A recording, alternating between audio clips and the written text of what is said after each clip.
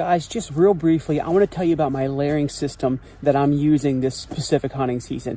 What you see here is what I would wear if I was sitting for a long period of time, which most Pennsylvania hunters, that's what they do. They sit for long periods of time out in the snow, out in the cold. So what I'm doing is I have a hard shell on top. So this is the Scree Hard Scrabble vest, and then I also have a jacket. And it's the huge benefit to putting this on top is breaking the wind, and it's pretty water resistant, so it keeps you safe from the elements. Underneath is my down jacket. So this down jacket is a big insulator. It packs up about that big. And the problem with down is it's really warm, but it's a bit noisy. So you put a hard shell on top of it to protect you from wind and to quiet up your down. Hear that? That quiets your down up. So there's a strategy behind the madness. Now, secret weapon time. I've been using this year, and this is a heated vest. For those of you out there that have already started using heated vest, you're shaking your head like, yes, that is one of the major tricks. I don't think it solves every problem, but it does solve some problems.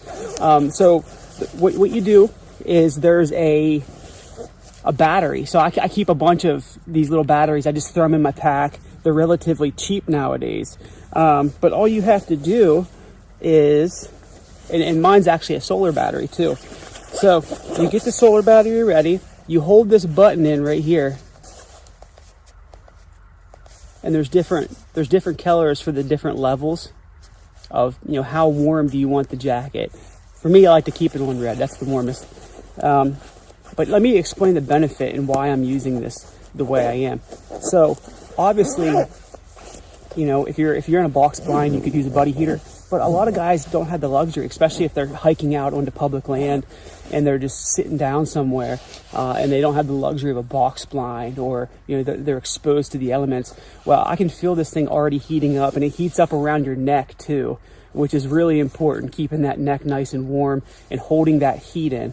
So what I'll do if I'm sitting is I'll wear my down jacket and my hard shell on top of the vest, and it keeps you super warm.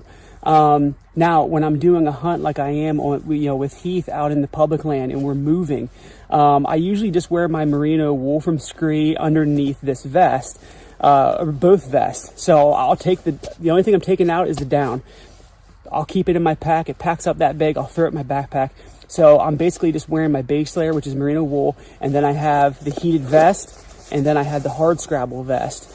And I have a lot of mobility in my arms, and not only that, it keeps me from getting sweated up too much. But here's the kicker. Sometimes when you're hunting in the snow and you're moving a certain way into the wind, right? And what I like to do is get up kind of on an edge where I can see down into a ravine, but I can also see the flat that I'm on the edge of.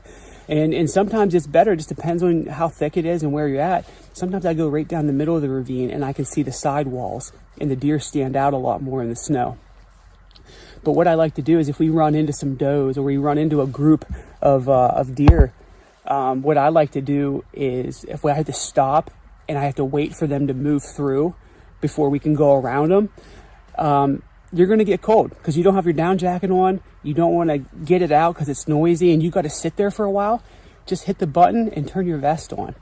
So I'm telling you, it's a game changer. Those are the two ways I use it. I either use it with nice insulation where I'm sitting for a full day, or if I'm on the move, I just wear that vest with a hard vest on top of it, and then I can heat it up whenever I want. If I have to sit still for a while, it's a game changer. You're going to be glad that you had it.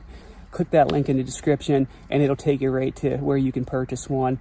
They're actually pretty inexpensive. I mean, it's well worth the investment.